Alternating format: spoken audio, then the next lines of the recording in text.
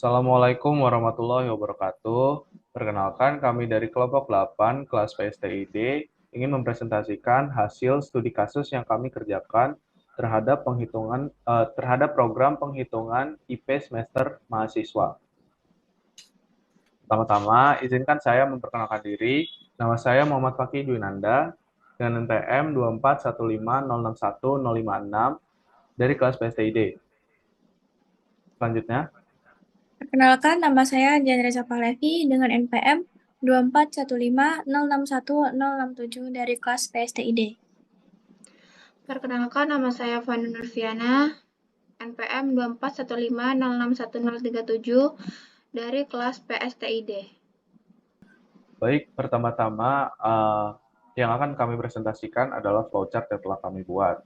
Untuk materi ini, kami serahkan kepada Saudara Jehan Reza Pahlevi. Untuk Saudara JJ, dipersilakan. Baik, terima kasih atas kesempatannya.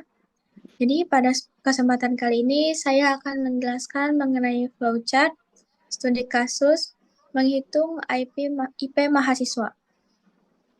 Jadi yang pertama itu adalah start, kita memulai program. Kemudian di preparasi di sini kita menggunakan string, nama, dan NPM. Kemudian string mata kuliah yang berjumlah 10. Kenapa 10? Karena pada semester ini kami memiliki 10 mata kuliah. Sehingga di sini ada nilai tugas, kuis, UTS, dan UAS berjumlah 10. Kemudian selanjutnya adalah user menginput nama dan NPM.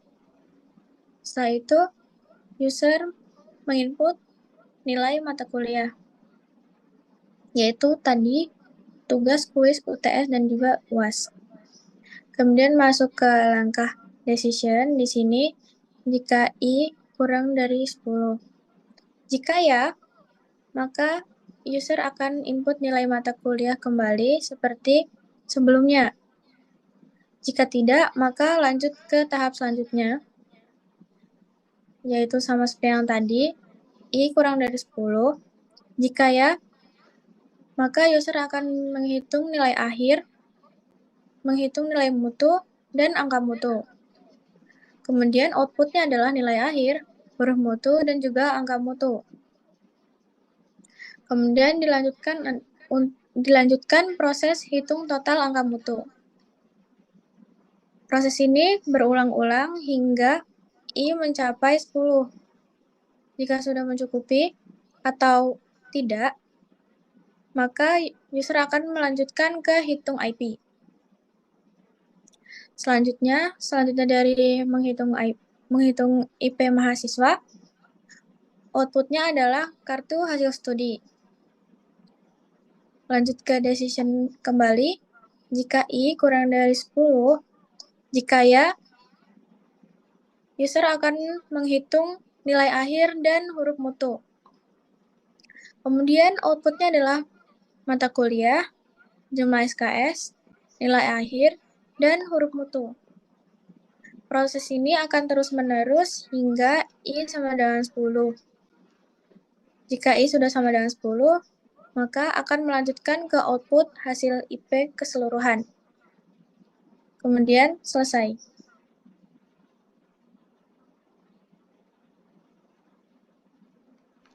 Baik, selanjutnya saya kembalikan ke moderator. Baik, terima kasih untuk Saudari JJ telah mempresentasikan tentang flowchart.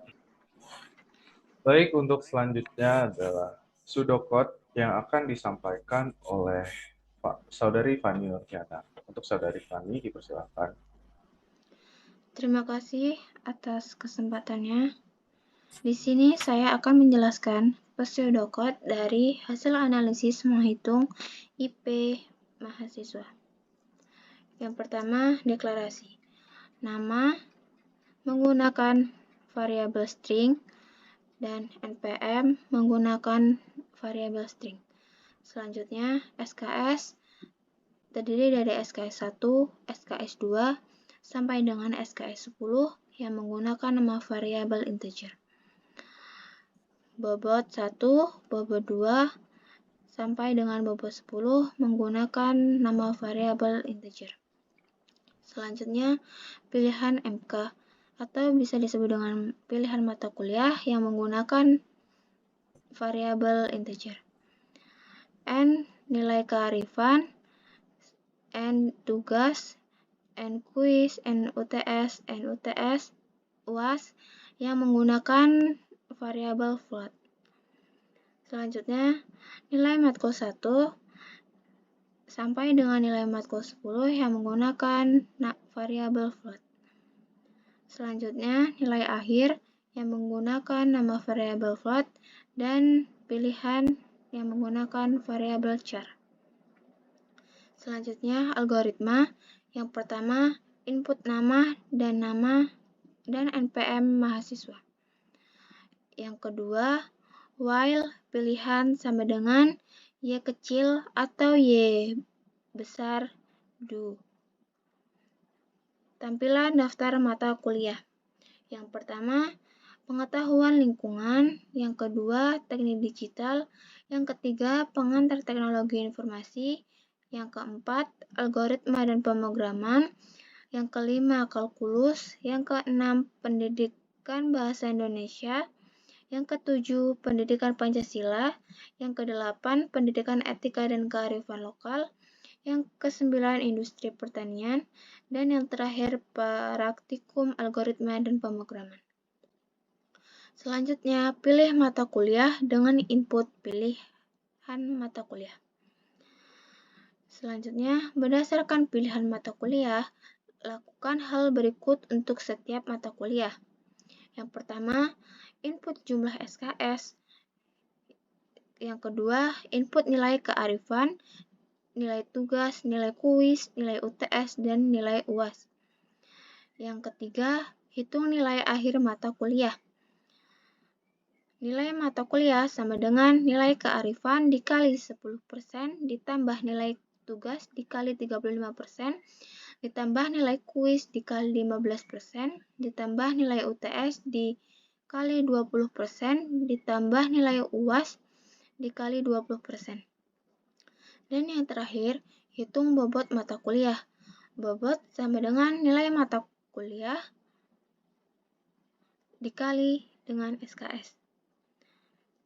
Dan selanjutnya, tanyakan apakah ingin menghitung mata kuliah lain. Jika Y kecil atau Y besar, ulangi langkah di atas. Selanjutnya, hitung total SKS. SKS sama dengan SKS 1 ditambah dengan SKS 2 ditambah dengan sampai dengan SKS 10. Selanjutnya, hitung nilai akhir. Nilai akhir sama dengan bobot 1 ditambah dengan bobot 2 sampai dengan bobot 10 dibagi dengan SKS. Selanjutnya, tampilkan hasil perhitungan untuk setiap mata kuliah dan rata-rata nilai akhir. Dan selanjutnya, tentukan angka mutu, huruf mutu, dan status lulus dan berdasarkan rentang nilai akhir. Yang pertama, jika 76 lebih dari sama dengan nilai akhir kurang dari sama dengan 85, maka angka mutu sama dengan 4 dan huruf mutu sama dengan A. Status adalah lulus. Selanjutnya, jika 71 lebih dari sama dengan nilai akhir kurang dari 75,9, maka angka mutu sama dengan 3,5 dan huruf mutu sama dengan B+, maka status adalah lulus.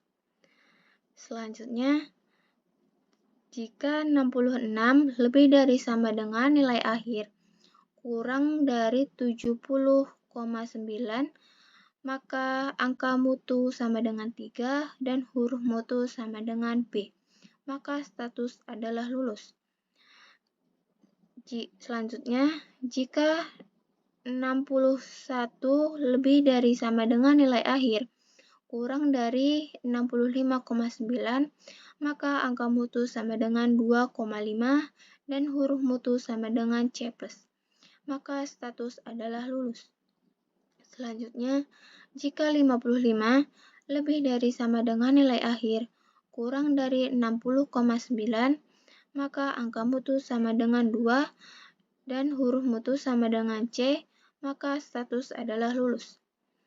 Selanjutnya, jika 50 lebih dari sama dengan nilai akhir kurang dari 54,9, maka angka mutu sama dengan 1 dan huruf mutu sama dengan D, maka status adalah lulus.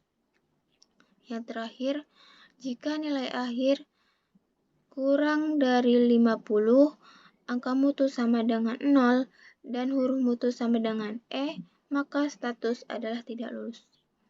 Dan yang terakhir adalah program selesai. Saya kembalikan ke moderator. Baik, terima kasih Saudari Fani Nurdiana. Baiklah, selanjutnya ada coding program yang akan dipresentasikan oleh saya sendiri.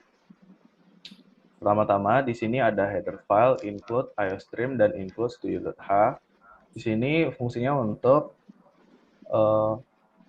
menggunakan atau menginclude file yang ada di dalam library iostream maupun studio.h. Di line ketiga ada using namespace std, yang berarti semua coding program dari program ini akan menggunakan atribut dari namespace std. Yang kelima, di line kelima ada int main untuk memulai program atau memulai coding program. Lalu di sini ada variabel nama dan npm yang menggunakan tipe variabel char. Kenapa di sini char sedangkan di flowchart maupun pseudocode menggunakan string? Karena setelah kami coba menggunakan string di coding program, saat di compile atau di run, nama yang diinputkan tidak bisa lebih dari satu kata, sehingga kami memutuskan untuk mengubah variabel string menjadi variabel char. Lalu di sini ada pilihan variabel pilihan MK yang menggunakan variabel int tegar untuk menginputkan pilihan mata kuliah yang akan dihitung. Lalu di sini ada variabel nilai keaktifan, nilai tugas, nilai kuis, dan nilai UTS yang menggunakan tipe variabel float untuk menginputkan nilai yang akan dihitung. Lalu di sini ada SKS, SKS 1, SKS 2, SKS 3 sampai dengan SKS 10 untuk menginputkan nilai jumlah SKS dari setiap mata kuliah.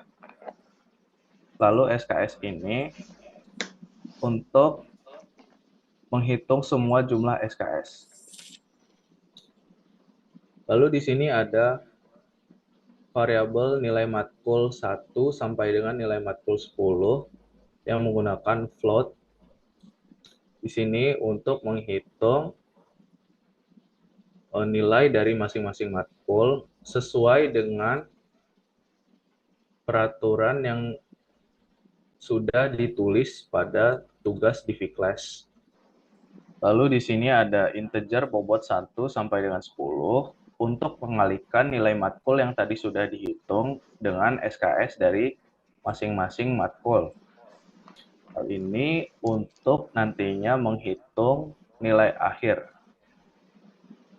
Di sini ada float nilai akhir untuk menghitung nilai akhir dan char pilihan untuk input untuk melakukan looping nanti. Lalu di sini mulai algoritmanya. Di sini ada cout masukkan nama, lalu gets nama. Ini untuk input nama yang akan untuk input nama mahasiswa yang akan dihitung IP semesternya.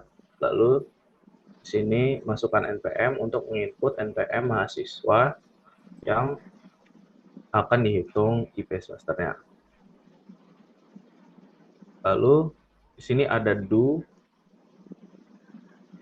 dan while untuk melakukan looping.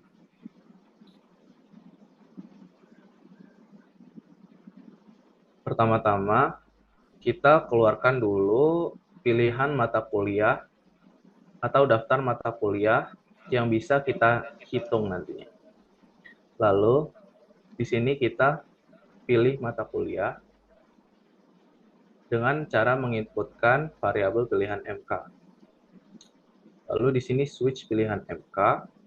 Jika kita memilih satu, mata kuliah yang akan kita hitung adalah pengetahuan lingkungan. Lalu di sini kita memasukkan jumlah SKS mata kuliah, nilai keaktifan, nilai tugas, nilai kuis, nilai UTS, dan nilai UAS. Lalu penghitungannya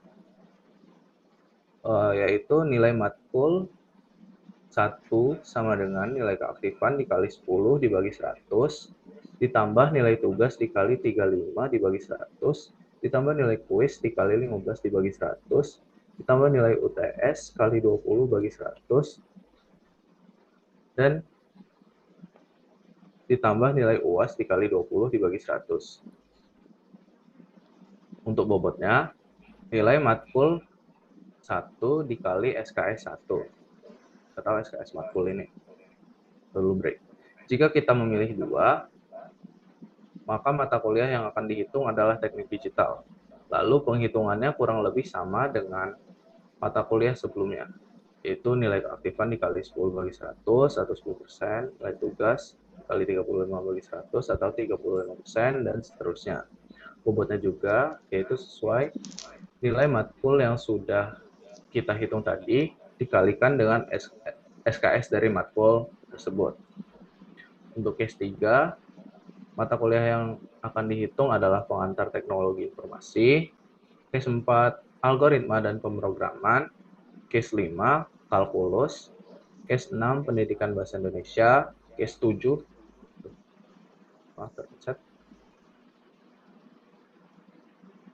Case 7, pendidikan Pancasila. Case 8, pendidikan etika dan kearifan lokal. Case 9, industri pertanian. Dan case 10, praktikum, algoritma, dan pemrograman. Setelah itu, jika kita menginputkan mata kuliah selain pilihan 1 sampai dengan 10, akan keluar peringatan pilihan mata kuliah tidak valid. Lalu break di setiap case agar case-case yang ada di bawah tidak mengikuti, tidak ikut keluar atau tidak ikut dalam program. Lalu di sini ada cout hitung matkul lain Y atau N untuk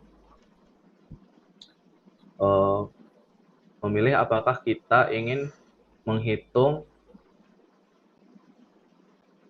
nilai dari matkul lain. Lalu di sini kita inputkan pilihan. Jika pilihan Y kecil atau Y besar, kita akan mengulang program dari sini. Kita akan mengulang program dari sini.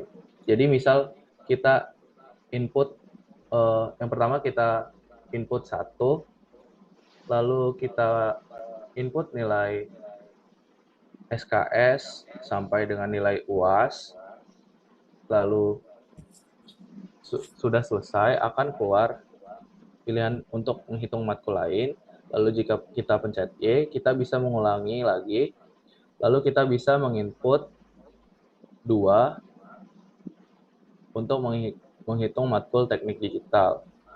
Lalu kita ulangi input nilai SKS sampai dengan nilai UAS, lalu pilihan lagi, begitu terus sampai kita selesai menghitung nilai matkul yang ke-10. Lalu sudah. Nah, variabel SKS di sini berfungsi untuk menghitung jumlah SKS yang sudah kita input dari setiap mata kuliah. Jadi SKS sama dengan SKS 1 ditambah SKS 2 ditambah SKS 3 sampai dengan ditambah SKS 10. Lalu nilai akhir yaitu bobot dari nilai atau pembobotan nilai dari setiap mata kuliah dibagi dengan jumlah SKS yang sudah kita input atau yang sudah kita hitung. Lalu terakhir di sini akan keluar nama, NPM, total nilai, lalu di sini pengetahuan lingkungan sama dengan Nmatkul 1, teknik digital Nmatkul 2, lalu sampai yang terakhir praktikum algoritma dan pemrograman sama dengan Nmatkul 10. Dan rata-rata nilai akhir kita keluarkan nilai akhir lalu yang lain. Nah, di sini kita menggunakan if else untuk menentukan apakah mahasiswa tersebut memiliki angka mutu berapa, huruf mutu apa, dan apakah dia lulus atau tidak. Nah, di sini if nilai akhir lebih dari sama dengan 76 dan nilai akhir kurang dari sama dengan 85, maka angka mutu yang keluar adalah 4 dan huruf mutu yang keluar adalah A, statusnya adalah lulus. Else if nilai akhir lebih dari sama dengan 71 dan nilai akhir kurang dari sama dengan 75,9, yang akan keluar angka mutu sama dengan 3,5 dan huruf mutu sama dengan B+, statusnya adalah lulus. Else if lagi, nilai akhir lebih dari sama dengan 66 dan nilai akhir kurang dari sama dengan 70,9, angka mutu yang keluar adalah 3 dan huruf mutu yang keluar adalah B, statusnya adalah lulus. Jika nilai akhir lebih dari sama dengan 61 dan nilai akhir kurang dari sama dengan 65,9, angka mutu yang keluar adalah 2,5 dan huruf mutu yang keluar adalah C+, statusnya adalah lulus. Else if lagi, nilai akhir lebih dari sama dengan 55 dan nilai akhir kurang dari 60,9, angka mutu yang keluar adalah 2, huruf mutu yang keluar adalah C, dan statusnya adalah lulus. Else if nilai akhir lebih dari sama dengan 50 dan nilai akhir kurang dari sama dengan 54,9, angka mutu yang keluar adalah 1 dan huruf mutu yang keluar adalah D. Statusnya adalah lulus. Else, jika nilai akhir tidak memenuhi semua persyaratan di atas ini,